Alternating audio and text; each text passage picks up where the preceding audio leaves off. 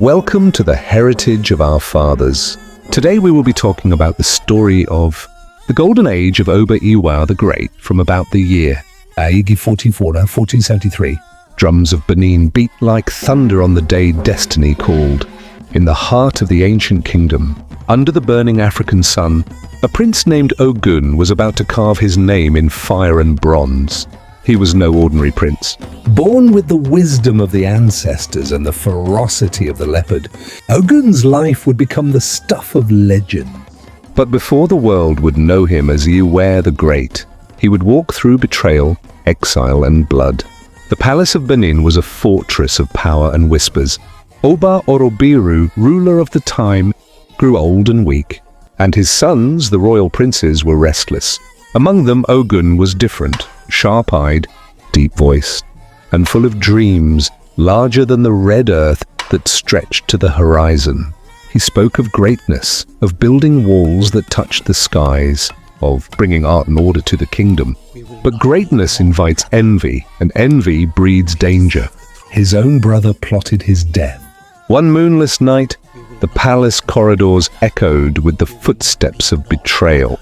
Swords flashed in the dark, and blood stained the sacred ground. Ogun fled into the forest, a hunted prince. For years he wandered, disguised as a medicine man, learning the secrets of herbs and spirits. It was in exile that Ogun found power, not in bronze or spear, but in knowledge. He mastered healing, charms, and the ways of unseen forces. The forests became his teachers, the rivers his allies. When he returned, he was no longer Ogun the fugitive. He was Ogun the leopard. Ogun the conqueror. Ogun the man destined to rule. He struck like lightning. In a swift and brutal war, he seized the throne, silencing rivals and shocking the kingdom. The chiefs bowed and the drums announced a new Oba Ewuare, the one who brings fortune. But his vision was not vengeance. It was creation. Ewuare began a transformation that would make Benin the jewel of Africa. First came the city walls, the great moats and earthworks that coiled around the kingdom, like the arms of a giant. Thousands labored under the fiery sun, digging trenches so deep and wide that enemies would tremble at their sight. These were not mere defenses, they were a statement. Benin was eternal.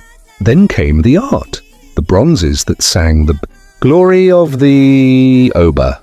Ewuare summoned the finest craftsmen and gave birth to the royal guild system. Ivory carvers, bronze casters, and weavers thrived, turning the palace into a gallery of power. Every plaque, every mask told a story of warriors, of gods, of the Oba whose reign was fire and brilliant. But Ewuare was not just a builder of walls and beauty. He was a master of politics and war. He expanded Benin's borders, conquering lands until his authority stretched to the distant Niger and beyond. Tribute poured into the royal treasury, cowries, coral, brass, and slaves. The markets of Benin boomed with life. Traders from the far north brought salt and cloth, while those from the coast brought goods from across the seas. The city pulsed with wealth and wonder. Inside the palace, rituals deepened. The Igwe festival, to renew spiritual power, was strengthened under his rule. Priests in white chalk and coral beads chanted prayers that curled like smoke into the heavens. The Oba stood at the center, a living god, draped in coral and ivory, crowned with authority.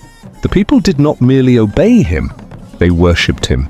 Yet power is a double-edged sword. Ewuare's rise had been drenched in blood, and blood would haunt his steps. Tragedy struck when his beloved sons died mysteriously, and grief carved lines into his proud face. Some whispered it was the curse of ambition. Others said the spirits demanded a price for greatness. But even in sorrow, Ewuare's will burned like iron. He ruled with absolute authority, crushing rebellions and rewarding loyalty with riches beyond dreams.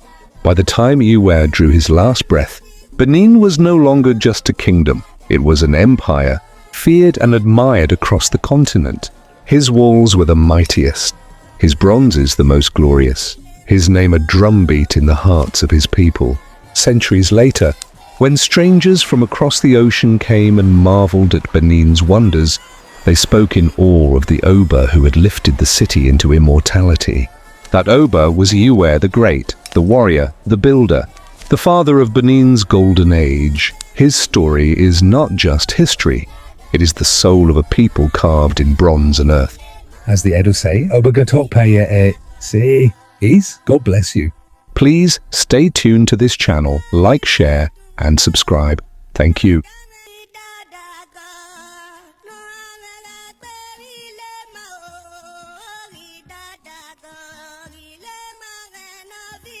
That